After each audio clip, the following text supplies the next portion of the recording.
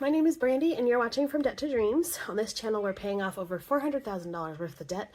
More than half of that is our mortgage, and we're doing so just kind of by living our lives and attacking it aggressively, but also trying to save at the same time. So I know it can happen. We're gonna stick to it. So this month, April, makes 6 months on YouTube since I've been on YouTube. October, November, December, January, February, March. Oh, actually, I've already hit that. So March was our 6 months on YouTube. And I'm pretty proud of myself because I always get like a little I get a little excited about things, and then I do it, and then I stop doing it because I don't get excited about them anymore. But I'm very excited because I've stuck to this, and I'm enjoying myself. And really, whether I have subscribers or not, I love my subscribers. Please don't get me wrong. I love that you guys stick around. But still, just filming this helps me keep accountable, and it's helping me a lot, and I love it. So let's just do a quick update. So I've been on YouTube for 6 months. Excuse me, the beginning of October, our total debt was $441,319.62. At the end of March of 2025, our debt is now $428,260.79, which means that since I've started my YouTube channel, we have paid off a total of $13,058 worth of debt, which is just it's just huge. When you start really tracking the numbers, you're like, holy moly. Yes, I'm still in the 400,000s, but we paid off $13,000 worth of debt in 6 months. That's crazy. All right, so now let's look at quarter one of 2025. So we've got January, February, and March. So at the beginning of January, we were at $436,128. And then, of course, the end of March, we're at $428,260.79, which means that just in this first 3 months of 2025 alone, we have paid off $7,867.63, which is humongous. That's just so cool. And I know that a lot of that was because of the tax return that we had. But in years past, we have used the tax return for other things and not used it for, in some years we've used it for debt, but other years we didn't. And so it was really cool to be able to throw 85% of it to the debt and the rest of it went into savings. So here's just some cool things that I was thinking about that I've achieved since October of 2024. I have been consistent with video uploads. There's only been a couple of weeks where I did not upload my videos. And that was only 1 day a week or so, which was really cool. We started with 13 debt accounts, which includes our mortgage, and we now have 10 accounts, which is great.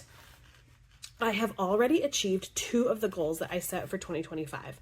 That was to pay off our Capital One credit card and our Care credit card in my husband's name, which we had to take out in order to put our dog down last summer.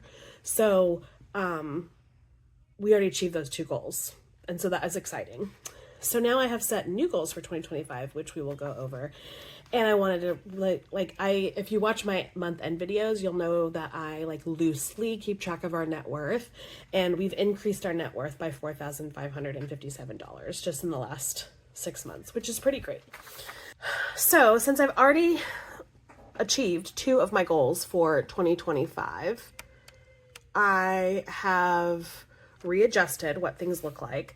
And so what I've decided now is that for the rest of the year, and I think I started these end of March, beginning of April, we want to lower the balance of Jason's student loan as much as possible. Right now, first because of Joe Biden trying to forgive student loan, and he came out with this really awesome SAVE program. I forget what SAVE stood for, but it was a really great program for people trying to get out of student loan debt.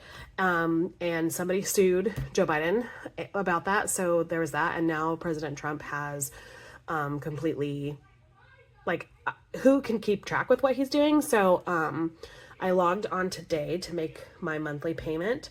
And it said something that the student loan people are now looking at the executive order that he signed. So like, it's just been a mess. And so we have just been paying our minimum payments, even though there has been no interest on them. And so we like, for the first time ever, we're finally seeing the balances going down.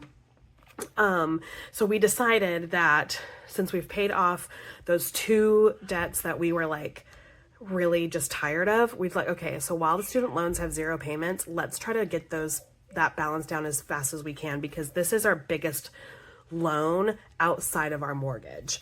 So our starting balance when I wrote this, I wish I wrote down the date that I wrote this down, was $67,182.96. This was all of the money that we needed for my husband to get his master's. If you hear my children running around, they're being nutcases. So our minimum, the plan to do that is pay $335 per month as a minimum payment. And we're also going to use our debt binder savings challenges to make extra payments, which are going to be roughly about $200 a month. I put in about $225 a month into the debt binder, and when I complete a challenge, I pull that challenge out and then I make a payment. So right now the way things are working is I have been able to finish challenges at the end of the month. Which means that because I only do my debt binder 2 times a month right now, it makes it so that the beginning of the month I'm like starting new challenges, and at the end of the month is when I'm able to complete them, which is fine. That's working. I don't know if the videos are really that exciting, but I enjoy making them. So anyway, we're going to put roughly $535 a month to the student loans. Now, if this executive order that Donald Trump has for the student loans, which I don't even know what it is. I really should pay more attention to this kind of stuff, but like, there's just so much going on. If that makes it so that the interest is going to go back on and we have to start making payments on this again, and they're not interest-free payments, I'm not exactly sure what we're going to do. I might need to reassess my financial goals again, because there's other things we can pay off so that these payments can be bigger. I don't know yet though, because $67,000 is a huge number. And that is like broken up in 6 different loans. And so when I'm making the payment, since I don't owe on any of them technically, I'm able to allocate where my money goes for those payments. And so I'm tackling those 6 separate accounts, the ones that are the highest at the moment. So this is just the total.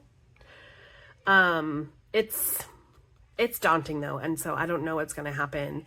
It was interesting to log on to the student loan account this morning and finally see a different like note screen at the top. Instead of talking about the Joe Biden SAVE Act being under litigation, they're now talking about Donald Trump's executive orders. So that was different. It was interesting to see kind of like some kind of movement happening. So we're just going to do what we're going to do as the time being. And then if and when the interest-free like forbearance ends, then my husband and I will discuss and reassess where we're going to be and what we're going to be doing. Our second goal is to get our savings account balance to $1,500. When I wrote this down, our starting balance was we had $930 in our savings account. That is no longer the case. Right now we have $540. So let's just fix that. Because right here it says we're going to use our savings for our Easley trip. So we had our Easley trip, and then we're going to Columbia, South Carolina in June. And actually that's really technically 550 something. Let's look, because we're at 640. So that's great. So I save $2 every paycheck to go inside this, just so I'm saving a little something. And when the cash comes to $50, I'm throwing it in the bank. And then on the top of that, every month, we're putting $140 into our savings account. And so I just put in $134 from our last paycheck. So we're now at $640 in the bank and then $18 in cash. So we're at, $658, which is a lot better than actually where I thought we were. So let me just fix that again. I'm going to only put $640 though, because I really only want to count this money that I have in the bank. So $640. So use savings for our Easley trip, which we did. So I'm going to cross that out now. And we're going to use the savings for our Columbia trip. We're going to put $140 per month starting in April, which I did. I did $134 into the bank, but then the rest of that $6 went into the cash part of it so that my cash envelope could be an even number. We're putting in $2 per paycheck. And then the channel No Bucks Given did release this monthly challenge.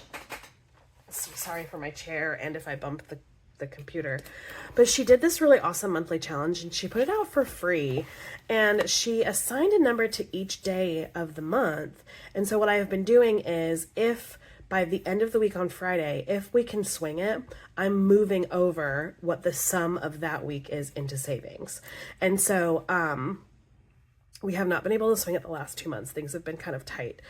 But hopefully this week we'll be able to move over that $18. And actually, I might even bump that up to $20 so that things can stay even. Because I like even numbers. I like even numbers, and I like numbers in multiples of 5. So it's just interesting. So that's the plan I have for that. After our Columbia trip, this will be depleted again, which stinks because then it only gives me 6 months to get us back to $1,500, which is probably not even achievable, quite honestly. This is a goal and a dream of mine. I want to be at $1,500 because what my ultimate plan is for us to constantly have this savings account with, $1,000 in it for stuff like these little trips. But then I want $2,000 in the savings account so that I can move $1,000 over to a high yield savings account. And then every year I would really love to save $1,000 to keep throwing into the high yield savings account for emergencies. And then our last goal, which is another kind of high fever dream, I want our total debt balance to be under $410,000. So when I wrote this down, our starting balance we were at $429,888. So my plan for that is we're going to stop using the Citibank credit card. Great news. We're now halfway through April and I have not yet touched it in April. I'm so excited.